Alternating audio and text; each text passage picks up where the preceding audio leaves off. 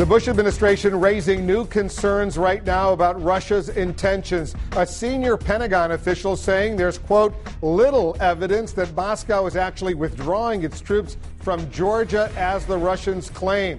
In fact, that official here in Washington suggests Russian forces may actually be digging in deeper inside Georgia. Let's get the latest from the Georgian president, Mikhail Saakashvili. He's joining us now live from Tbilisi. Is that your understanding, Mr. President, of what's going on? Have you seen evidence that the Russians are actually withdrawing from your country?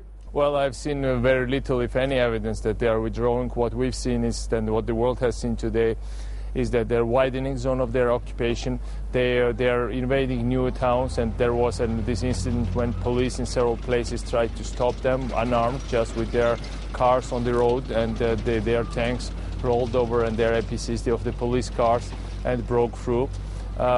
They've been distributing leaflets all around Georgia in different towns, calling on population to depose their own government. And I have to tell you that in some places the population met it with civil resistance, with rallies against the tanks, with flags saying that they will never play by rules of the occupiers. But anyway, they've been widening the zone. What I'm also worried about is that they have several hundred civilian hostages, mostly women and children, taken by the Russian army. What we know is some kind of internment camp. They are refusing to grant access to International Committee of Red Cross to this. How do you call them? These are not even prisoners of war, but basically hostages. And there are also many other worrisome developments.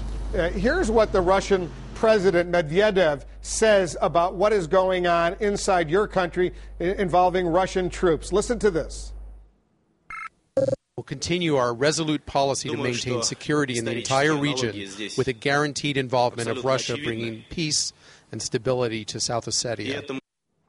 Clearly, the Russians, Mr. President, are differentiating between Georgia and these two areas, South Ossetia and Abkhazia. They're suggesting that these two areas are never going to be fully integral territorial parts of Georgia, that they're going to keep their troops there. And I wonder what, if anything, you or the West, NATO, the United States can do about it. Well, they've been trying to do this for many years already, but what they are doing now, it's a cynical defiance to the world. They are making fun of the world and the idea of humanity. What they call as peace and stability involves large-scale ethnic cleansing documented by Human Rights Watch and other international organizations, involves lots of women and children in internment camps, involves rapes, killings, lootings, and all kind of other activities, involves dropping, as we speak, incendiary bombs on our natural parks and destroying the natural parks that were under World Bank and other international organizations' protections. What they've been doing here was unimaginable, and the scale of this is unimaginable for me. I've seen many things about war in Afghanistan or other places, but this is like all Russian kind of brutality or Soviet brutality of the past in a nutshell implemented in my country. Do they call it peace and stability? Do they call it peacekeeping? Nothing can be more cynical than that.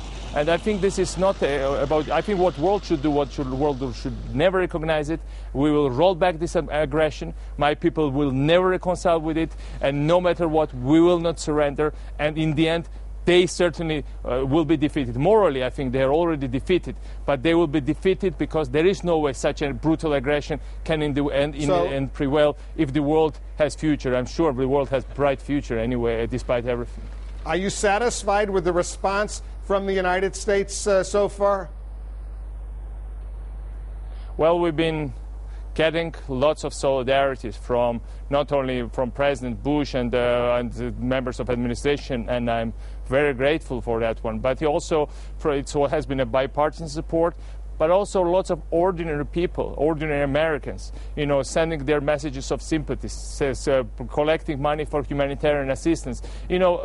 Georgia needs lots of assistance, but at this point, what Georgia really needs, what Georgian people really need, because they are really resisting heroically. I mean, they didn't panic. They didn't collide. I mean, nobody has ever bombed Georgia in the past, but they went through this. This is a modern, developed European country. But what people really need is these words of moral support and solidarity. And we are getting lots of it. And, that's something that will, I'm sure, stay forever, not only in the history of this country, but in the history of other countries of the region, because everybody is watching. Is free world going to rally, as President Bush said? Is free world going to stand up for its principles? Or the lies and deceit and the evil that's right now happening to my country? Or are all this going to prevail? And I think in the end, good will prevail over evil, no matter what. Mikhail Saakashvili is the president of Georgia. Mr. President, thanks once again for joining us.